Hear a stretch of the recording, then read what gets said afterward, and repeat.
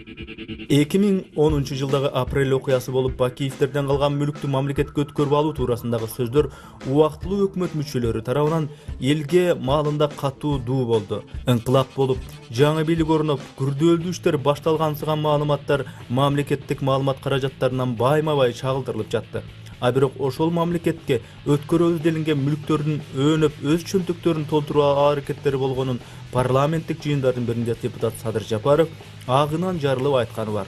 Мисалы, Витязь пансионатын Каптагаевдер тымызын колго алып жатканы боюнча сөз. 7 апрелдеги окуялардан кийин Максим Бакиевке таандык көл жегиндеги Витязь пансионаты улутташтырылган объектилердин тизмесине кирген. Президенттин аппарат жетекчиси Каптагаев бул пансионаттын директору кылып аталаш бир тууганы Руслан Усенбаевди, ал болсо склад башчысы кылып дагы бир Каптагаевдин бир тууган иниси Таалай Каптагаевди дайындаган. Бир туугандарына ишенгени жакшы деңизчи, бирок ишенген соң текшериш керек да. Каптагаевдин инилери эмне кылышты? Булар эч нерседен коркпой, Максим Бакиев, Алексей Елисеев жана Ширшовдун коттедждеринен жалпы баасы $1 миллион жакын европалык кымбат баалуу эмеректерди алып чыгып кетишкен да, ордун Кытайдын эмеректери менен толтурушкан.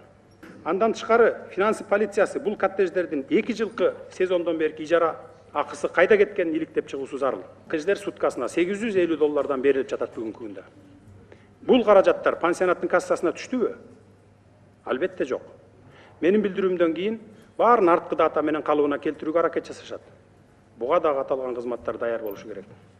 Урматтуу депутаттар, макул болсоңуздар, бул маалыматты текшерүү багытында финанс полициясына жана мамлекеттик салык кызматына протоколдук тапшырма берип коелу.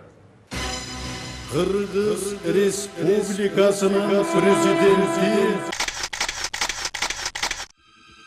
Эң афералуу амалдуу жолдор менен ар бийликтин тушунда Айдардан Максимге, Максимден убактылуу өкмөттүн кишилери алып башкаларга тымызын соодалап жатышканын Садыр Жапаров парламент трибунасында туруп алып, бүт баарын жөнөкөй сөздөр менен түшүндүрүп берген. Мегаком боюнча сот иштерин бүткөрүү аракети турат. Урматтуу депутаттар, сиздердин алдыңыздарда мен таркатып берген момундай схема жатат.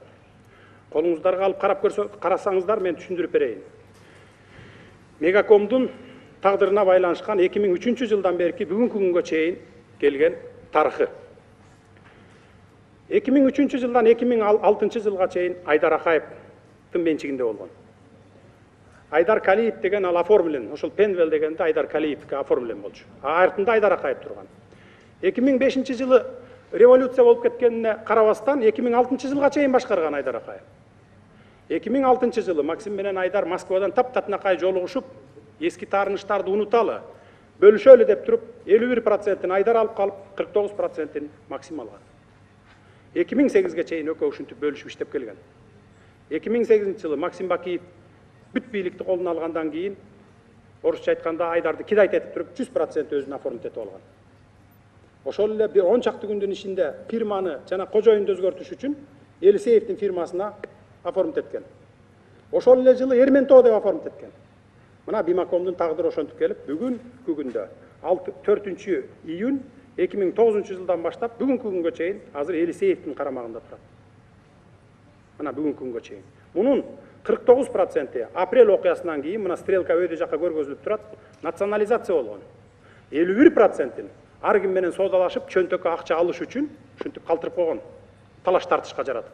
Садыр Жапаров Мегаком боюнча амалдуу схеманы толук иликтеп болгон соң, аны ал кездеги убактылуу өкмөттүн тушундагы президент Роза Отунбаевага тааныштырмакчы болуп, ага алып барат. Президентке кирдим. Июлдун бир 15 числосу.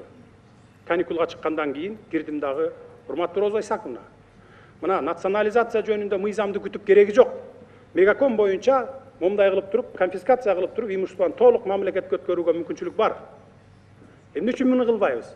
Ушуну алалы, мамлекетке алып, 22 миллиард бюджеттин дефицитин жабалы деп сунуш киргиздим. Президент Роза Исаковна алып калды. Мен изучать этейинчи 1-2 күн андан кийин чалам сага, кабарлашам деп. 3 күн өткөндөн кийин приемныйынан чалды. Байланыштырды президент менен. Президент мага айтты: "Урматтуу Садыр Нуркожоевич, сиздин кагазыңызды мен Каптагаевка бердим, ошо менен иштешиңизчи" деди.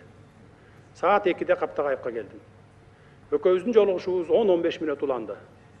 Эмне үчүн дегенде мен түшүндүрүп баштаганда эле ал айтты: 51%-ин Максим Бакиев рейдерство кылганда деди. Бул деген сөз кайра кожоюнуна кайтарып беришибиз керек деген сөз. Ал эми Каптагаевдин позициясы бүгүнкү күнгө чейин өзгөргөн жок. Ал чет элдик компаниянын адвокаты болуп алып, бүгүнкү күнгө чейин сотторго кысым көрсөтүп, керектүү чечим чыгартууга умтулууда. Судьялар муну ачык эле билдиришти. Бүгүн биз улуттук үлүштөрдү туш келди сатып, жок кылууга байланышкан арам оюндарга чекит коюшубуз керек. Эмне үчүн Каптагаев жеке өзүнүн 10-15 миллион долларлык кызыкчылыгы үчүн элдин энчисин чет мамлекеттин компанияларга карматышы керек? Эмнеге биз мыйзамдуу негиз бар болгондугуна карабастан Мегакомду мамлекетке кайтарып, аны ачык конкурс аркылуу сатып, андан түшө турган 500 миллион доллардын эсебинен 22 миллиард сомдук бюджет дефицитин жапкандан тартынабыз. Биз муну жасабасак эл кечирбейт.